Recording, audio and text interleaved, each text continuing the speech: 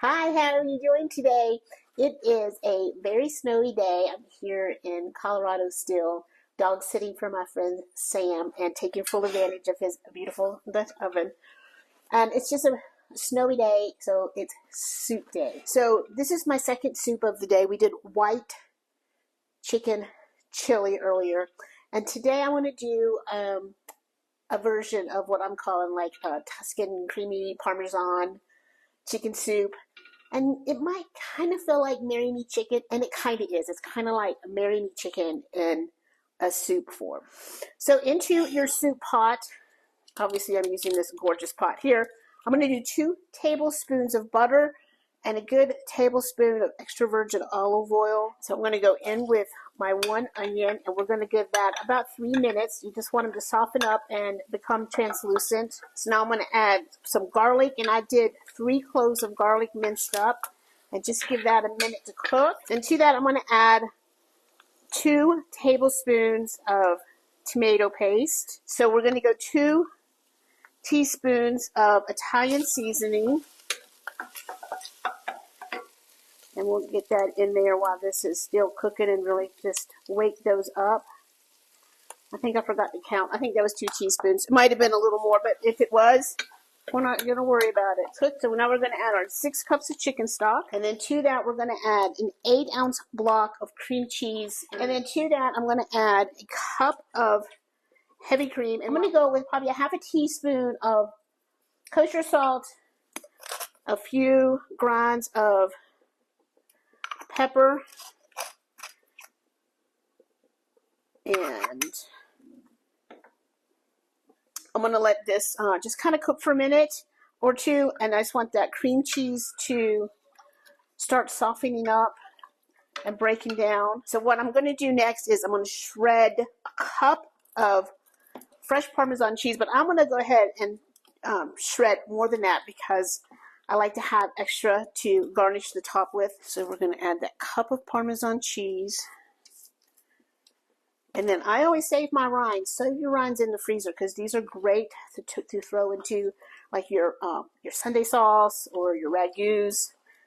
So save the rinds of your cheese. So I have 2 breasts from a roasted chicken. I actually roasted 2 chickens the other day just so I could have all of this chicken to make these soups and some other things that we're going to do leftover chicken with. So you want 2 to 3 cups of chicken. Leftover chicken is fine.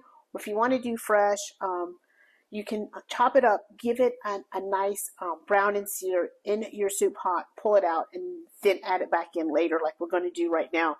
So I'm going to add my chicken in here. So next, so just like in Marry Me Chicken, there are sun-dried tomatoes. Now these are some little San Marzano cherry-style tomatoes that I oven roasted. I really can't stop eating them. They're so delicious. So you can oven dry your own tomatoes, whether the aromas. There goes my boy Theo that I'm watching. He's so cute. He's so sweet.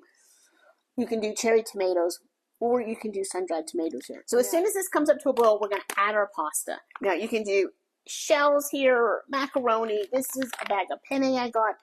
Any kind of pasta.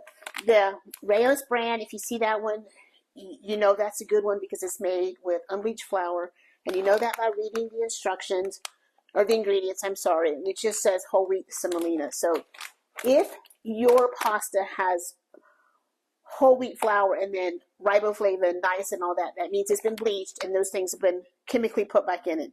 So always look for a pasta that is made with unbleached flour. And I'm just going to do half of this bag, so a half a pound of pasta. Now because I'm making all this soup, I'm going to pack it up and take it over to my beautiful niece and her roommate. She's a senior here at Boulder, and they'll have some soup on this snowy day because it's a lot of soup from the 2 of them. Obviously, I'm going to leave you some, Sam, in the fridge. It's all going to be good. I promise you, Sam. I'll leave you some. And then I'm going to do 1 whole bunch of fresh spinach. And yes, you can, of course, do baby spinach. So I'm just going to pick my stems off and give this a really good wash.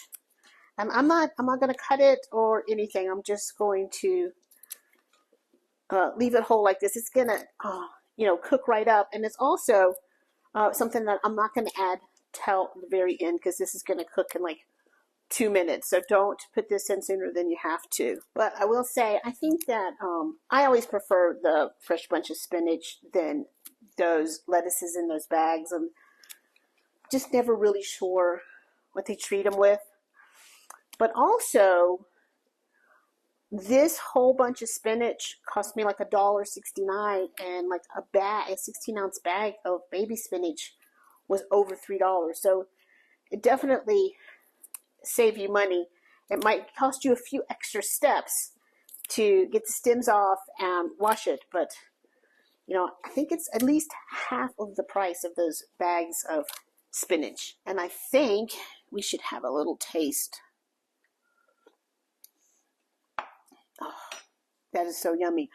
And another thing that you can do here is a thing of Boursin cheese instead of like the cream cheese. You'll thank me later if you do that. So we're almost there. We're almost to a boil. So we're starting, and I'm going to go half of my pasta in there, and I'm going to keep stirring that so it doesn't stick together. And I'm going to set my timer for 12 minutes. When the 12 minutes are up, I'm going to add the spinach, and we're going to be done. So it's just that quick and easy. And you know what? If you have frozen spinach in the freezer, you can use that. Absolutely. Absolutely use your frozen spinach. So while I'm waiting on my 12 minutes here, I am going to chiffonade some fresh basil because this is an amazing way to finish your soup off with some fresh basil. So now that my 12 minutes are up, I'm going to add that fresh spinach, and I'm going to give that another 2 minutes. Don't overcook your pasta here, because if you overcook your pasta here, it's going to keep on getting soft in this warm soup. So it's better to leave it a little al dente so it doesn't get overly soft. I am going to add just a little pinch of salt here and a little fresh pepper. But other than that, we're really right on the money. This is so delicious. Now, I'm going to scoop me up a bowl here on soup day. And I'm going to garnish mine with some, now I did turn my heat off because we don't want to overcook that pasta.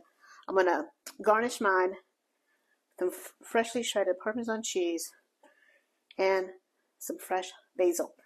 Now, you could also do a little crushed red peppers here if you like that little bit of heat. You could like a little, really nice thick balsamic. So, a couple other ways you can go. This is how I'm going today. And I'm so happy and so excited to eat this soup.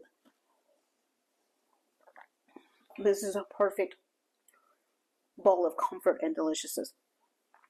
So thanks for being here. And Sam, thank you for your beautiful Dutch oven. I've been having so much fun with it. I love all of y'all. See you later. Give me a thumbs up. Give me a comment. Let me know what you think. And let me know what are some of the favorite things that you like to do with leftover chicken, because you never know. I might do a recipe with it or a video with it. It'd be a lot of fun. Let me know what y'all like to do. Bye, y'all. I'll see you later.